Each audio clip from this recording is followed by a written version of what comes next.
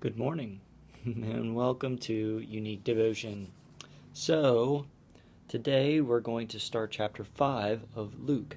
We're going to read the four fishermen called as disciples, which is the heading, and we're going to read from verse 1 all the way to 15, no, 11, if I can look and read correctly. Yeah. Time to wake up. All right. So here we go. I'll read, pose a question. You know how this works.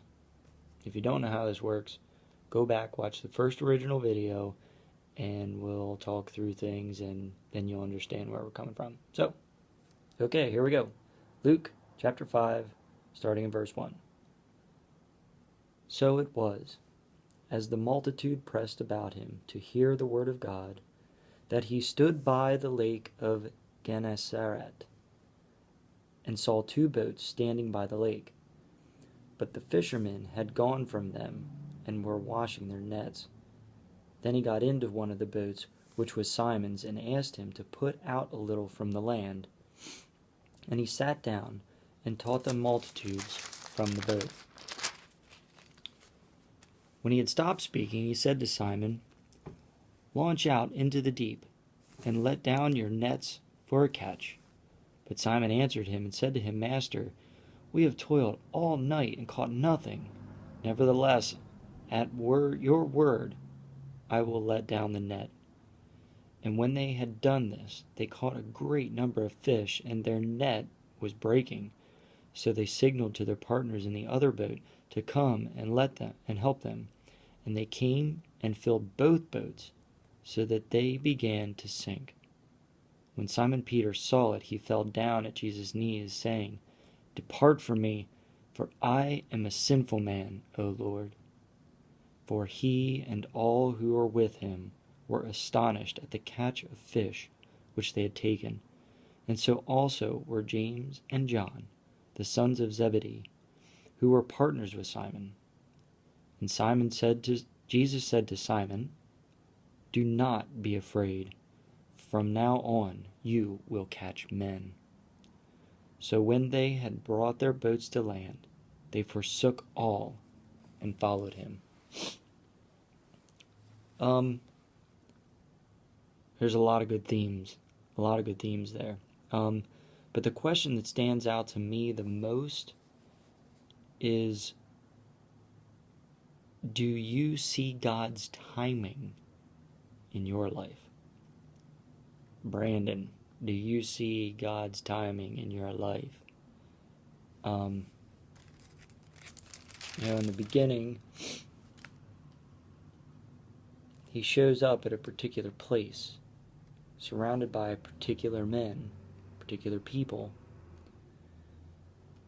and he preaches and teaches first, then tells him to go get the fish. There's some time in there. It's not like he showed up and he was like, boom, just go catch fish. I can show you great wonders. He was more concerned with teaching them the ways of life and how to live, how to be, and then help them by also using his abilities and knowledge and power to bring about all these fish. So he does many different things in a particular timing. It ultimately is all about him, but he's not making it all about him right here. He's making it about the people by taking the time to teach the people. He's making it about showing God's power, his power. But more, he's helping them, because first of all, there's a lot of food now. In a time where we didn't have Walmarts and superstores to just go down the street when you're hungry, they were going to be fed for a while off of that catch, possibly make some decent money off of that catch. So he was helping them out, and in also doing so, he was showing them that the truth, that he wasn't lying about his words, that he wasn't just making stuff up, that there's power in it, and he possesses that power. Follow me, and I will show you more. Follow him, and he will make them fishers of men. And it wasn't like, boom, now all of a sudden they know everything and they're fishers of men. They followed him so that they could learn more, and every single day they probably learned a little bit more and a little bit more, to the point that once he died, they got it. They really got it, because he had to die in order for them to get the final, wow, now I get it. Unfortunately, that's part of the path. But it's all God's timing. Everything here is God's timing. So, do you recognize God's timing throughout the day in your life? Anytime things are going right, or anytime that things don't seem to be going well at all, or anytime that you are spacing out, daydreaming, thinking nothing.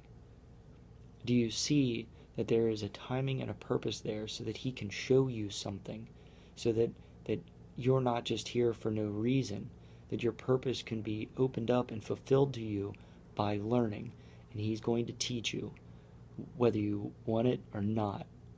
Somewhere along the way, you're going to learn it. And because of his timing, he's going to keep teaching you that same lesson over and over and over again, no matter how good it is or how painful. So you have a choice. You can choose to follow God's timing and see it for what it is, and ask him to reveal it more to you, so that you can do what he requires of you, which will ultimately teach you lots of life lessons along the way and make your life more fulfilling and more and better. But also to keep you away from making bad choices. So, I start going off on a tangent here, lots of stuff. But the bottom line here is, do you see God's timing in every moment of your life? Not just reflecting back, but actually in the moment, can you see it? That's not as easy as it sounds. Try it all day today. If you have to, don't watch a video tomorrow. Pick it back up the next day. Maybe watch it tomorrow also.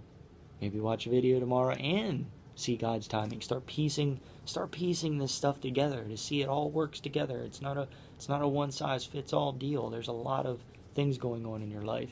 Timing. So, that was Luke chapter 5 verses 1 through 11.